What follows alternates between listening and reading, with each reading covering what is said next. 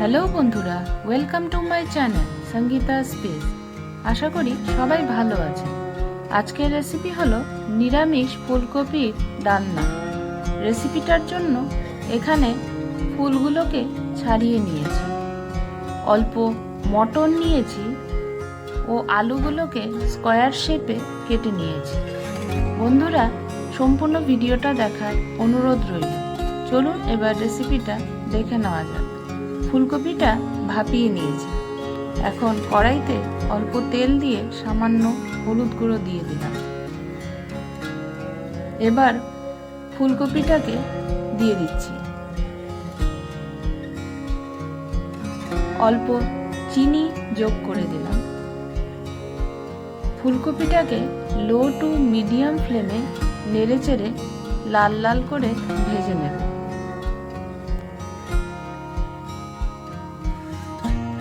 ভাজা হয়ে গেলে তুলে নিচ্ছি। এখন আলু ভাজার জন্য দিয়ে দিলাম। অল্প নুন দিয়ে দিলাম। আলুটাকেও 5 মিনিটের মতো ঢাকা দিয়ে লাল লাল করে ভেজে নিয়েছি। ভাজা হয়ে গেলে তুলে নিচ্ছি। কড়াইতে পরিমাণ মতো তেল দিয়ে ফোড়নে দিয়ে দিলাম তেজপাতা, শুকনো লঙ্কা, সামান্য গোটা জিরে ও গোটা গরম মশলা।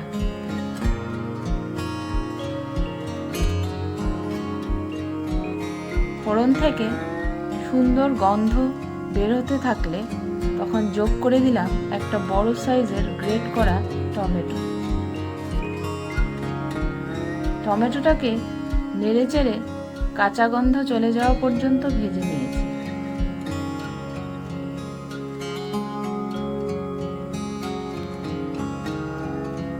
দিয়ে দিলাম চেরা কাঁচা লঙ্কা। এবার যোগ করে দিলাম গ্রেট করা 1 টিস্পুন আদা। আদাটাকেও 30 সেকেন্ড মতো ভেজে নিয়েছি। এখন মটরটা যোগ করে দিলাম।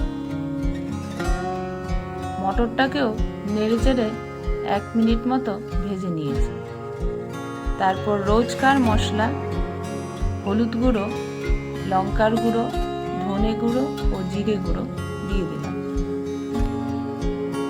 স্বাদ মতো নুন যোগ করে দিলাম। অল্প জল দিয়ে মশলাটাকে ভালো করে কষিয়ে নেব।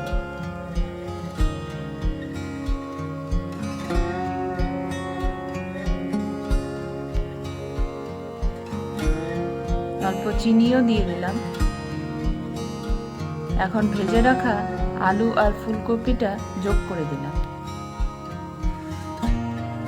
আলু আর ফুলকপি মশলার সাথে ভালো করে মিশিয়ে নিয়ে লো ফ্লেমে 5 মিনিটের জন্য কষিয়ে নেব। রঙের জন্য কাশ্মীরি লঙ্কার গুঁড়ো দিয়ে দিলাম।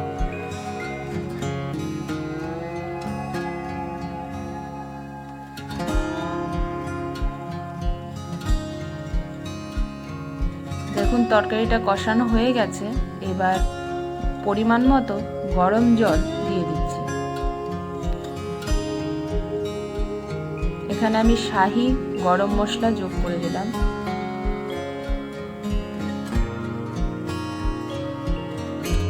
দিয়ে দিলাম ঘি। এবার তরকারিটা 5 থেকে 7 মিনিটের মতো লো ফ্লেমে রান্না করে নেব। তৈরি হয়ে গেল নিরামিষ ফুলকপির ডালনা। ভিডিওটা ভালো লেগে থাকলে আমাকে সাবস্ক্রাইব করে বেল বাটনটা ক্লিক করে দেবেন, যাতে সবার আগে নোটিফিকেশনটা পেয়ে যান। আজকে আসি, টাটা।